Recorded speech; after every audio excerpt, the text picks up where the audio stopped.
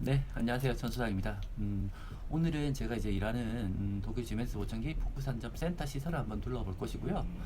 그리고 이제 뭐 이번 주가 추석이다 보니까 많은 분들이 센터에 문의 전화를 주시는데, 이제 어머님이 소리를 잘 못 듣는데 뭐 보청기를 끼워야 될 것 같다. 그리고 이제 뭐 보청기 금액은 얼마인지 뭐 이렇게 여쭤보시는 분들이 많은데, 이제 그런 분들한테 제가 보통 설명을 드릴 때는 전화상으로 가격이나 어떤 뭐 특정 브랜드에 대해서 설명을 해드릴 수는 있지만, 이제 어머님의 청력은 정확하게 제가 지금 현재 상황으로 알 수는 없고, 난청의 정도라든지 이런 것들에 따라서 이제 보청기 착용하는 건 조금 달리 하셔야 된다. 그리고 이제 뭐 손의 움직임이라든지 그리고 편의성 같은 걸 보시고 보청기를 선택하라고 말씀을 드리는데, 이런 것들을 이제 인터넷 같은 데서 보면 이제 뭐 어떤 조그만 특정한 이제 뭐 작은 보청기 이제 이런 걸 떠서 뭐 효과적이다 뭐 이런 식으로 이제 후기를 남기시는 분들의 어떤 글들을 보고 뭐 그렇게 생각을 하시는 것 같은데, 눈이 제가 말씀드리지만 뭐 보청기 이제 뭐 블로그나 뭐 카페에 대한 후기 같은 것들을 보면 대다수가 그냥 업체에서 하는 거기 때문에 신뢰할 수 있는 정보는 아니라고 생각을 하셔야 돼요. 보청기라는 거는 이제 뭐 난청의 정도라든지, 그러니까 소리를 얼마만큼 작게 듣는지, 그리고 그 소리가 들렸을 때 얼마만큼 말소리를 구분해내는지, 이게 결국 보청기의 착용 효과를 결정짓는 요소기 때문에, 그리고 이제 거기에서 그 검사를 제대로 한 후에 이제 보청기를 귀에 착용을 했을 때 그 보청기를 이 청능사들이 어떤 식으로 피팅을 하고, 그리고 어떤 주파수 영역의 소리에 대한 이득을 강조를 하고, 그리고 어떤 공식을 사용하고 또 어떤 형태의 보청기를 사용하는지에 따라서 착용자의 만족도는 달라질 수 있기 때문에, 보청기를 선택하시기 전에는 모든 걸 결정해 놓고 센터를 방문하시지 마시고 믿을 수 있는 전문가를 찾아가셔서 어떤 형태의 보청기가 우리 어머님의 검사 결과를 봤을 때 괜찮은지, 또 이제 이 보청기를 착용했을 때 장단점은 무엇인지, 또 다른 형태의 보청기의 장단점은 무엇이고, 또 어느 정도 등급의 보청기를 하는 게 괜찮을지에 대해서 상의를 하신 후에 보청기를 결정하시는 게 맞다고 저는 생각을 합니다. 그렇기 때문에 사전에 모든 걸 다 결정하시고 인터넷에 나와 있는 정보를 100% 신뢰하실 것까지는 없어요.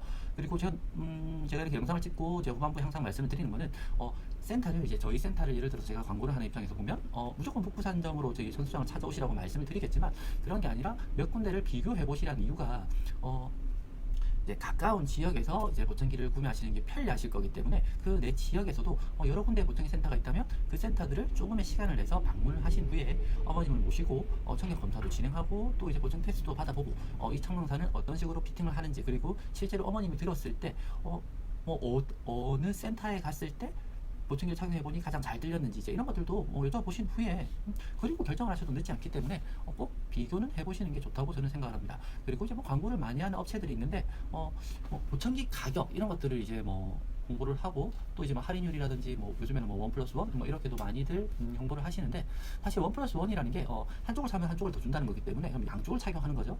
근데 굳이 양쪽 착용하실 필요 없는 분들 같은 경우에는 이게 따지고 보면 50% 할인이라는 건데, 이걸 이제 적용을 못 받을 수도 있는 거기 때문에 그런 광고를 하는 경우에는 꼭 사전에 먼저 전화를 해서 한번 문의를 하시고 왜 적용이 안 되는지도 한번 여쭤보세요. 그리고 만약 적용이 된다고 하면 약속을 받고 방문을 하셔서 상담을 받아보시는 것도 나쁘지 않다고 저는 생각합니다.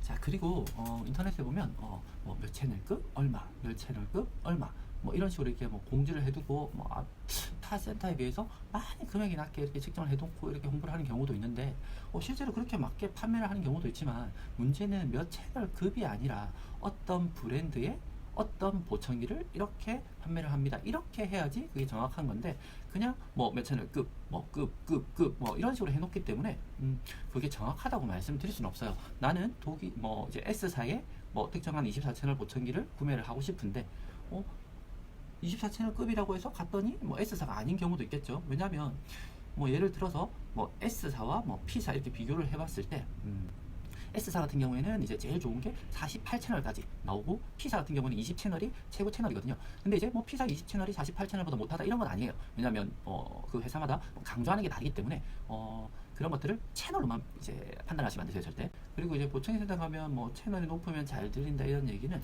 사실 신뢰할 수 없는 얘기입니다. 왜냐하면 이 채널이 많다고 해서 조절할 수 있는 범위도 많고 확장의 영역도 많지만, 이거를 제대로 조절을 해야지만 잘 들을 수 있는 거기 때문에 이제 전문센터를 항상 방문하셔야 되는 것이고요. 그리고 이제 보청기 금액 같은 걸 여쭤보실 때도 무조건 어디 전화하셔가지고 이렇게 여쭤보세요. 보청기 얼마예요?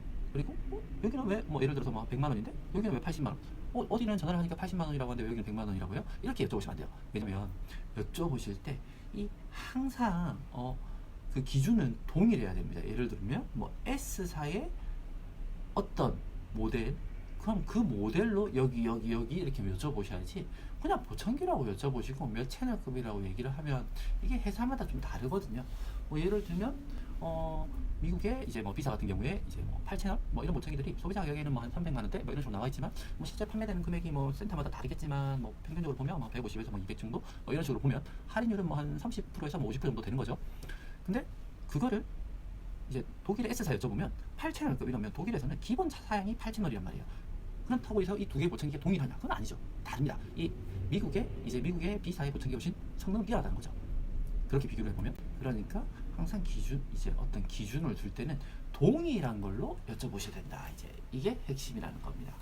그래서 이제 제가 오늘 말씀드린 내용은 가격 같은 걸 문의하실 때도 항상 동일한 조건에서 여쭤보시고, 그리고 그 여쭤보시는 모델도 동일한 모델을 선정해서 여기 여쭤보시는데, 가격만 보고 보청기 구매하시면 100% 실패합니다.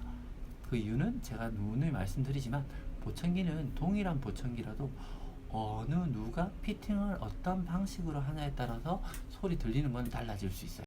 그리고 이제 무조건 작은 보청기가 뭐 남한테 보이지 않고 이러니까 난 이걸 쓰겠다 이렇게 생각하시면 안 되세요. 왜냐면 작은 보청기는 이제 거기에 사용하는 이제 건전지도 작고 관리하기도 그만큼 힘들거든요. 그렇기 때문에 내가 편리하게 사용할 수 있는 크기의 보청기 그리고 형태의 보청기를 선택해서 보청기를 착용하시는 것이 올바른 보청기 착용 문화가 아닐까 저는 생각합니다. 그렇기 때문에 다양한 형태의 보청기가 있고 이제 다양한 종류의 보청기가 있고 적용 방식도 여러 가지가 있기 때문에 보청기를 선택하실 때에는 무조건 기속형을 고집하실 필요는 없습니다. 그러니까 전문센터를 방문하셔서 여러 가지 보청기 형태를 보시고 착용하는 방법이라든지 적용하는 방법을 상담을 받아보시고, 그리고 눈으로 직접 보시고 착용도 해보시고 사용하기 가장 편리한 보청기를 선택하시기 바랍니다.